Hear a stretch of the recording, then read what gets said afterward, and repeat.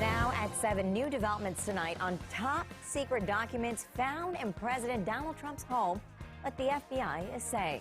And a tragic end. Bruno went missing earlier this year, and now his owner tell us he's now dead. What she's saying tonight.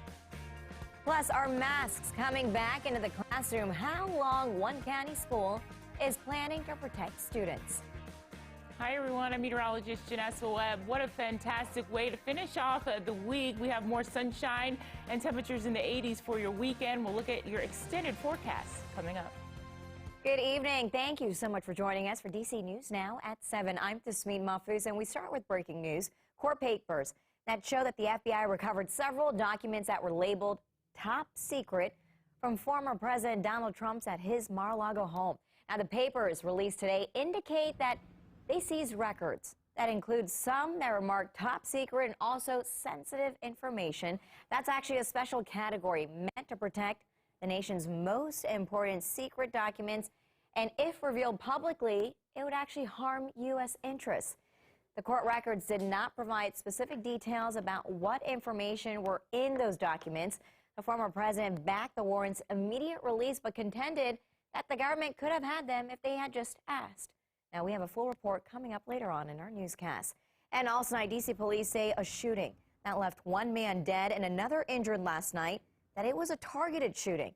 The victim who survived was actually an innocent bystander. Now, take a look. This is the vehicle that police are looking for.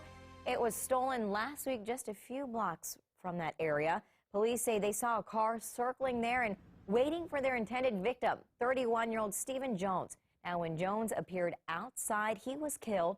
Officials say the tags were likely switched on the car. 4 people jumped out, all armed. One person with an assault rifle just started firing at Jones. More than 50 rounds in total were shot, fatally killing him and also injuring that innocent bystander. That person just happened to be walking down Connecticut Avenue when all of that happened. We hoped it would never happen again, but unfortunately there's too many illegal guns out there in the street, and the individuals that are committing these crimes really have no regard for anyone's safety. I mean, clearly they went out there to try to kill somebody. And right now it's unclear what the exact motive is, aside from the fact that it was even targeted. The other victim was taken to the hospital. Police believe they will be okay. And police say the neighborhood where it happened is also safe, that it doesn't really happen there often, but they will increase patrols for now. And they're asking, if you do see the car, please do not approach it. Those in that car that we're telling you about, the 4 people, they're assumed to be armed and dangerous, and you should call or text the police right away. And robbery that turned deadly. We're learning 2 teenagers have been charged for the murder of a gas station employee. Now, Prince George's County Police Department arrested a 15-year-old boy and a 12-year-old boy from Clinton. It happened just before 5 o'clock this morning. Police were called to the gas station on Woodyard Road. Their investigation reveals a suspect stabbed the victim after they robbed the gas station. The 15-year-old is now being charged as an adult. The 12-year-old is being charged as a juvenile. All right, so listen to this. Say you're a parent of an infant. Something goes wrong, you call for help, but it takes first responders longer than normal to get to you. And unfortunately, the worst thing happens. Your child dies. Now, EMS averaged 420 calls per day that pass through the dispatch center at the 911 center. Through the last fiscal year, they made up 80% of the 911 calls there. Now, those numbers come from the city's website, but it's 2 recent calls that have people concerned. A 3-month-old child died last Tuesday in the 600 block of Park Road Northwest after he had been left in a hot car. Dispatchers canceled a rescue squad sent to help the child. It took dispatchers 8 minutes to notice an update. Now, that infant that died went into cardiac arrest. It happened about a month after another mistake caused a delay in help to another child.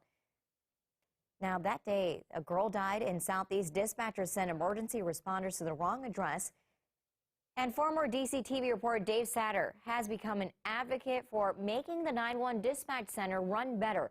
He actually told us that he's not surprised by what's happened over the last couple of weeks. I think overall, the City Council for decades and the various mayors had invested in the technology but not invested in the people with good training, good policies, good management, and good leadership. And I think that's what overall has caused the problems at DC 911. All right, another story to tell you about tonight. Do you remember Bruno? A few months ago, Bruno was stolen from his owners back in April. We've now learned that Bruno has unfortunately died. So his owner found, along with his friends and families, they've been searching for him for months. And she posted on Twitter that he was found dead. We don't know if he was killed or not, but he was found dead. She learned this from law enforcement. She says her heart is absolutely shattered. What happened to Bruno still remains under investigation. And the Frederick County, Maryland Sheriff's Office arrested who they say is a wanted cocaine dealer. 22-year-old Marcus McCrae was known to law enforcement for selling crack cocaine and powder cocaine through Frederick County. Now, it happened all throughout the area. The arrest puts a months-long investigation finally to rest. McCrae is facing 12 drug-related charges. And also tonight, actress Anne Hesh has died. Her family released a statement today announcing that they've lost a bright light. Now, last Friday, Hesh was driving a car at high speeds when it ran off the road and then collided with the building before erupting in flames. The actress suffered from a anoxic brain injury, which happens when the brain is deprived of oxygen. Investigators say there was cocaine found in her blood sample taken at the crash. Hesh was 53 years old. And Montgomery County is delaying certifying election results again after finding dozens more ballots. They still need to be counted. Our Christy Matino tells us that these ballots could change the outcome of the very close county executive race. The race between Mark Elrich and David Blair incredibly close today. So close, only 42 votes separate them. And now we're going to have to wait even longer to find out who the winner is. This news comes just days after Elrich declared victory over Blair. The board was scheduled to certify those election results this afternoon, but that's now delayed. The county announcing Thursday night the pre-certification audit found additional 102 provisional ballots that needed to be counted. But how did this happen? That audit includes inspection of a random sampling of ballot envelopes. When they pulled the random sample, they were unable to find one of those envelopes where it should have been. Now, the largest number of uncounted ballots were from a precinct in Kensington with a total of 30 unopened ballots. The board is scheduled to meet at 3:30 this afternoon to discuss the findings of the audit as well as scheduling for canvass and recertification. In Montgomery County, Christy Matino, DC News Now. And PG County Public Schools are going back to a mandatory mask policy in response to the new BA.5 variant of COVID-19.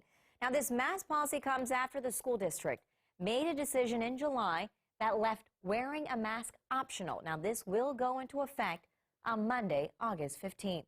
And new tonight, Howard University's campus is back open after a bomb threat that happened earlier today. Now, there were tense hours for students, staff, and their families when the school evacuated the mud building and adjacent medical campus facilities. Now, Howard's Department of Public Safety thanked the MPD bomb unit for their quick response. It's also important to note that freshmen, they're scheduled to come to campus tomorrow.